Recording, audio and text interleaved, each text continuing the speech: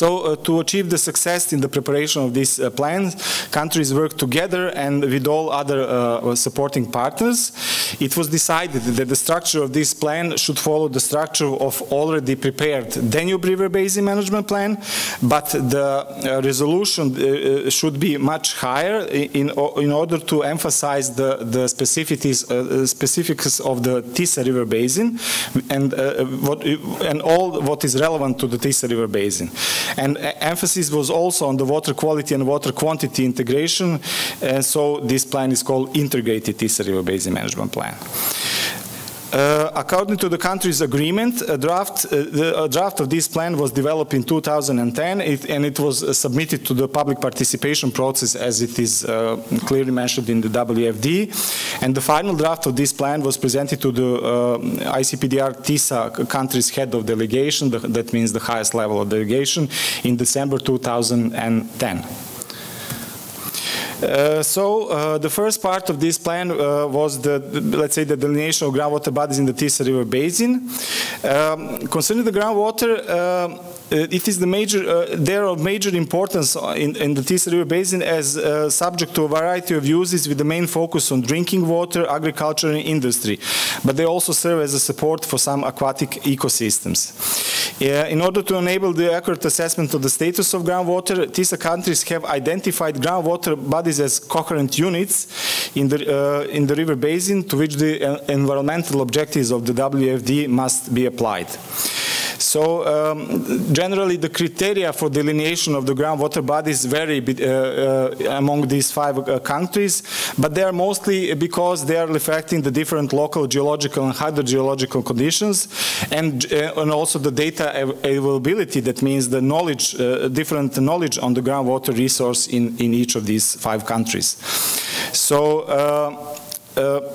as I said, the focus was on the issues of the basin-wide importance, and the criteria for the selection of the, let's say, important groundwater bodies in the Tisa River Basin were that they should be transboundary and national groundwater bodies important due to the size of the groundwater body. That means that area is larger than 1,000 square kilometers, or if the size is smaller than 1,000 square kilometers, only those transboundary groundwater bodies which are important due to other various criteria such as socio-economic importance, uses, impacts, and other. So if we compare the criteria for the Danube River Basin Management Plan, which was only transboundary groundwater bodies and larger than 4,000 square kilometers, we will see the difference, and also that reflected in the difference of the number of groundwater bodies which were the subject of this sub-basin plan.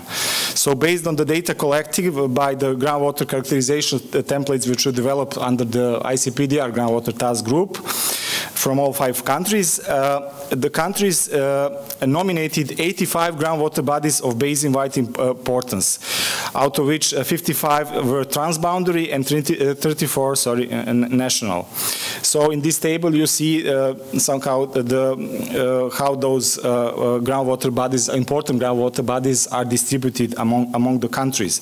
And what we can see, the first thing is that among them 51 are transboundary groundwater bodies, which reflects the fact that most of these TISA countries are practically landlocked, and they are neighboring countries one to each other, and the number of these transboundary groundwater bodies is so high. On the next map you can see practically the disposition of these groundwater bodies, and you have a hatch or double hatch areas. The hatch area means that the groundwater bodies exist only on one level on the surface in one country, and the double hatch area, such as in Serbia or in Hungary, they indicates that there are overlapping on groundwater bodies. That means that the countries submitted data for both shallow groundwater bodies and the deep groundwater bodies. This is mostly because of the fact that the shallow groundwater bodies are important due to their how to say, vulnerability from the surface pressures, that means from the pollution from the surface, and the deep groundwater bodies were mostly interested for these 2 countries because they are the main source of the drinking water supply. So they are, let's say, under influence of quantitative pressures. So different pressures and different groundwater bodies, the level of groundwater bodies were analyzed within this plan. Now, something about the pressures. Significant pressures to groundwater quality are almost similar as those on the Danube River Basin level. We could expect that. So the intensive agriculture is the most, let's say, mostly present pressure and is still practiced in the middle and lower Tisa regions. And this had led to the increase in soil pollution, erosion, and agricultural runoff, and contributed to the both surface and groundwater pollution. And also, the extent of treatment of urban wastewaters is relatively low. Let's say one of the reasons is that out of these 5 countries, 3 are EU members, and then they have obligation of implementation of the urban wastewater treatment directive. And the 2 countries, Ukraine and Serbia, are not member countries, and they still don't have that obligation by the EU. And also one of the significant, major significant pressures is the hazardous substances from mining operations. They cause a significant pressure due to abandoned tailing deposits and accidental pollution risks at operating mines. We had one major incident, as you may recall, in 2000 in Romania, the spill from Baia Mare landfill, and the significance of this accidental pollution due to mining is much higher in the Tisa River Basin than in Danube River Basin because of this maybe focus on this less of this 20% of the area. So in order to say, main reason causing poor chemical status of some groundwater bodies are the pressures on the quality by nitrates and ammonium ion from diffuse sources, which are the agricultural activities, non-sewered population, and the urban land use, meaning the runoff from the urban paved area, which is not managed properly. But main identified point sources of pollution of groundwater are leakages from waste disposal sites, landfills and agricultural waste disposal, very present, leakages from contaminated sites, and mine water discharges. As a kind of overview, just to see the number of pressures which are causing what are the major pressures causing the poor status of some groundwater bodies in the Tisa River Basin. In this table, you can see that the most of the pressures which are causing the poor status are, of course, related to the diffuse sources from the agricultural activities. And also the next is due to new non-sewered population. That means the absence of the wastewater systems or wastewater treatment systems. But this asterisk here up indicates that the poor status of one groundwater body can cause not only by one pressure, but it can cause by combination of pressures. So that's why this number is higher than the number of the groundwater bodies that are in poor status. Regarding the groundwater quantity, according to the 2007 TISA analysis report, the groundwater quantity is affected by groundwater abstraction for drinking water supply, industry, cooling plants, and agricultural purposes. On this pie chart, you can see the portion of these uses which were identified in the 2007 by countries, and practically there is a kind of that the industry and the public water supply they contain more than 70% of the whole groundwater quantity abstraction. And the expected development of the future water demands, which are expected to rise also as a result of more expected agricultural activities, but also maybe some increasing water demands for drinking water due to the climate changes in this region, must be taken into account when identifying the water exploitation and protection strategy for the future. In the similar table as for the chemical status, the significant pressures to the groundwater quantity are presented here, and we can see that the main pressures are by the abstraction for the public water supply, but also for the agriculture and in industry that cause the poor status of some groundwater bodies. And also in Hungary, some other major abstractions which are not listed here as one item.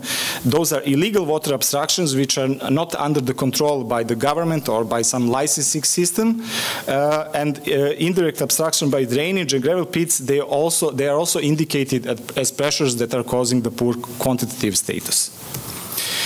Now for the groundwater status assessment, first about the methodologies applied.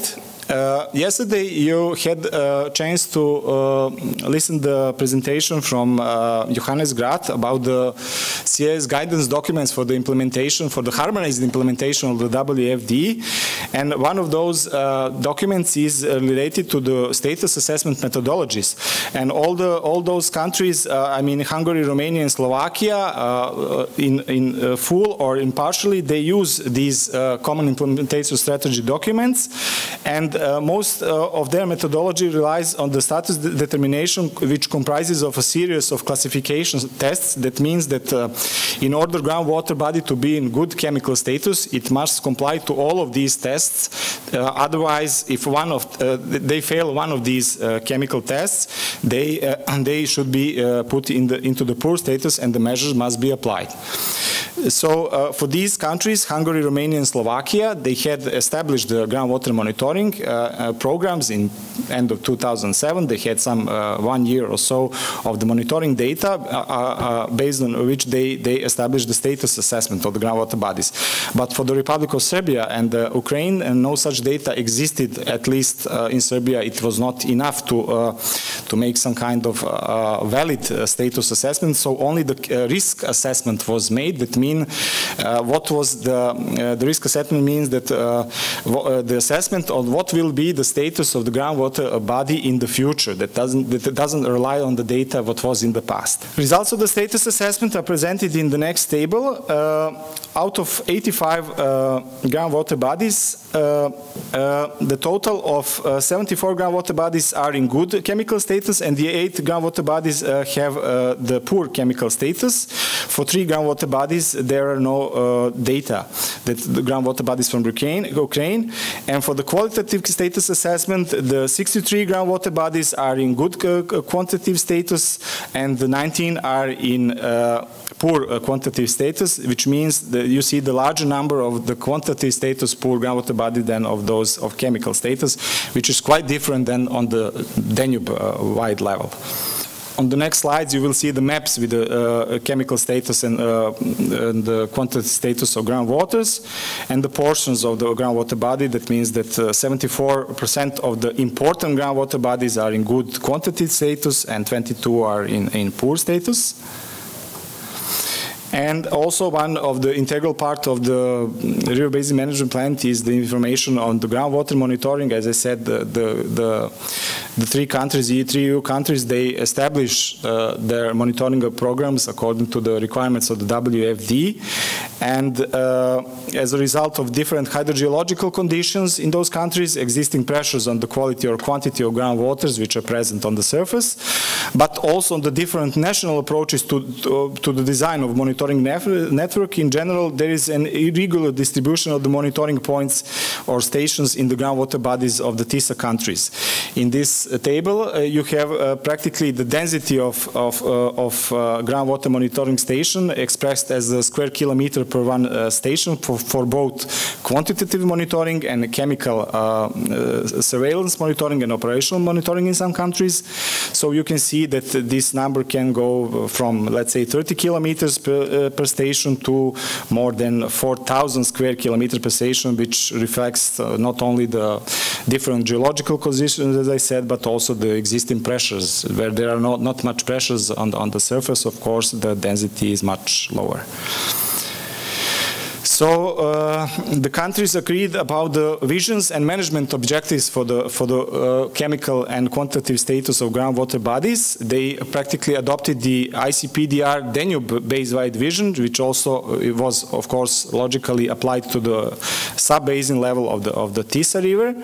And the vision for the groundwater quality is that the emissions of polluting substances do not cause any deterioration of groundwater quality in the Tisa River basin. But where the groundwater is already polluted, restoration to good quality will be the ambition. And the way how to achieve this vision is the implementation of the management objectives, which are for the EU member states and accession countries and non-EU member states, the elimination and reduction of the amount of hazardous substances, increase of the wastewater treatment efficiency and level, and implementation of the best available techniques and environmental practices. Also, in addition, for EU member states, they have the obligation to implement all of these directives: groundwater, nitrate, plant protection, and other directives listed here. For the groundwater quantity, the TISA basin-wide vision is that the water use is appropriately balanced, which is not the case now in some parts of the TISA River Basin, and that that does not exceed the available groundwater resources in the TISA River Basin. It would be achieved by avoiding the over-abstraction of the groundwater bodies within the Danube River Basin, and it should be done by the sound groundwater management and implementations of the appropriate measures. And based on these visions and the status assessment, the program of measures practically is relying on the basic measures listed in the Annex 6 of the Water Framework Directive.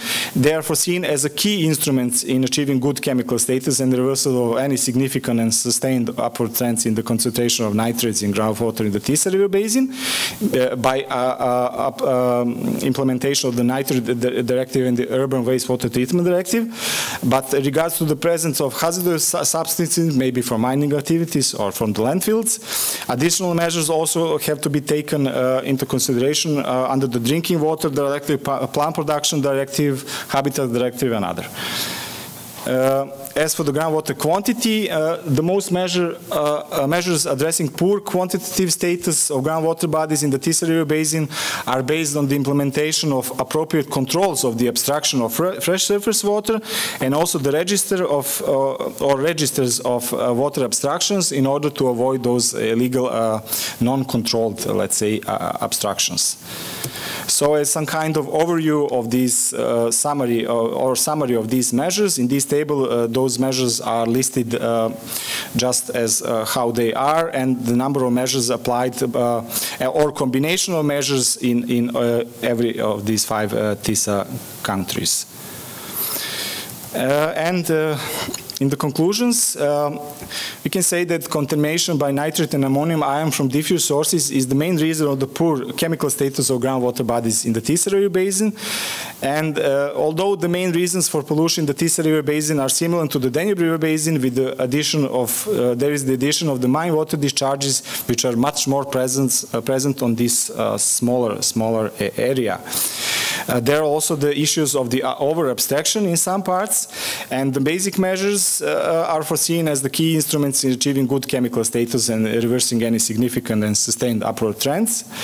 And to prevent pollution of the groundwater bodies by hazardous substances from point sources, this regulatory framework must be affected in order to avoid further deterioration of the quality.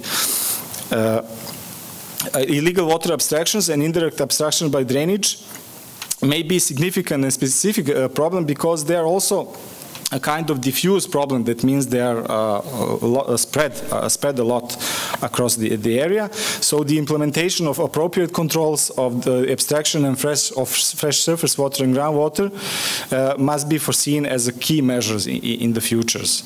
There are also some other measures which will be applied, let's say in Hungary, such a change in the drainage system, cessation of illegal abstractions, already mentioned.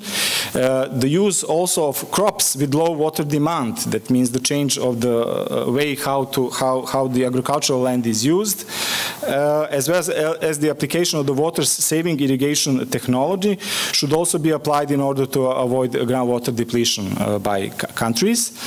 And as I mentioned, the large number of transboundary groundwater bodies which are present in the TISA River Basin, they also require a harmonization of these groundwater bodies between countries, which is necessary, but this was not achievable within the first river basin management cycles. As previously this morning mentioned by the colleague Scheidleder, this process is rather slow, especially if it goes by administrative way, and it is slow, and practically it is done on bilateral level or multilateral level, but not on this, in the preparation of these, let's say, management plans. So this is not the issue for them, but practically in the preparation of these plans, the bilateral agreements or multilateral agreements are used.